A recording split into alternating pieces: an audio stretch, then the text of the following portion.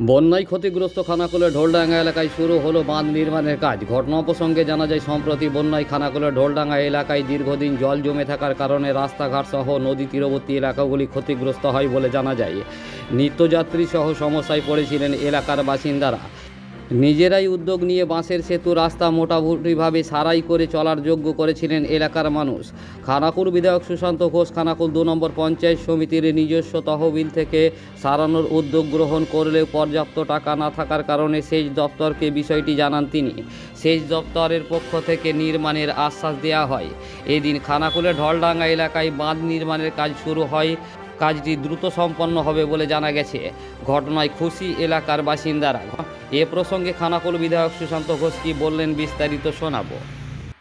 দেখুন, বিষয় হচ্ছে আমাদের এই খানাকুলের একদম নিচু এলাকা ঢলডাঙ্গা, সব থেকে নিচু এলাকা ঢলডাঙ্গা, জগৎপুর।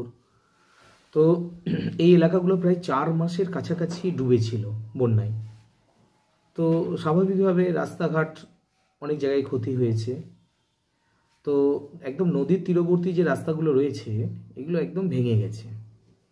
তো ওই সময় সাধারণ মানুষ নিজেরা যাতায়াতের জন্য কিছু বাস টাস দিয়ে ওরা কিছু ব্যবস্থা করেছিল। তো পরবর্তী সময়ে আমরা ওটা পরিকল্পনা করেছিলাম পঞ্চায়েত সমিতিতে বসে, আমি নিজেও ছিলাম। তো সেখানে পরিকল্পনাটা এটাই হয়েছিল যে আমরা এই বাঁধগুলো পঞ্চায়েত সমিতির অন ফান্ড থেকে সারিয়ে দেব। কিন্তু পঞ্চায়েত সমিতির অন ফান্ডের অবস্থা খুব খারাপ। তো তার কারণে পঞ্চায়েত সমিতি থেকে এতটা ব্যয়ভার করা যাচ্ছিল না। সেই জন্য আমরা ইরিগেশন ডিপার্টমেন্টকে জানিয়েছিলাম বিষয়টা, যাতে ইরিগেশন ডিপার্টমেন্ট থেকে করে দেওয়া হয়। অলরেডি ওনারা আশ্বাস দিয়েছিলেন। তো কয়েকদিন ধরে এটা চলছিল, কবে থেকে কাজ শুরু হবে।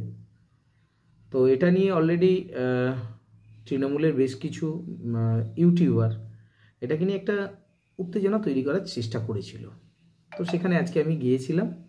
আজকে আমি নিজে গিয়ে ওই এলাকায় বাঁধ বাঁধার কাজ শুরু করে দিয়ে এসেছি। খুবই ভালো লাগছে, এলাকাবাসী খুশি। আর সেই সঙ্গে আমি ইরিগেশন ডিপার্টমেন্টকে এটা জানিয়েছি, বা আমি একটা চিঠিও করব বলেছি। আমি অলরেডি মৌখিকভাবে জানিয়েছি যে আমাদের এই ঢলডাঙ্গা থেকে জগৎপুর, অর্থাৎ পানশিউলি টু জগৎপুর পুরো এলাকায় উঁচু বাঁধ তৈরি করতে হবে, বন্যার জল যাতে করে না গ্রামের দিকে ঢুকতে পারে।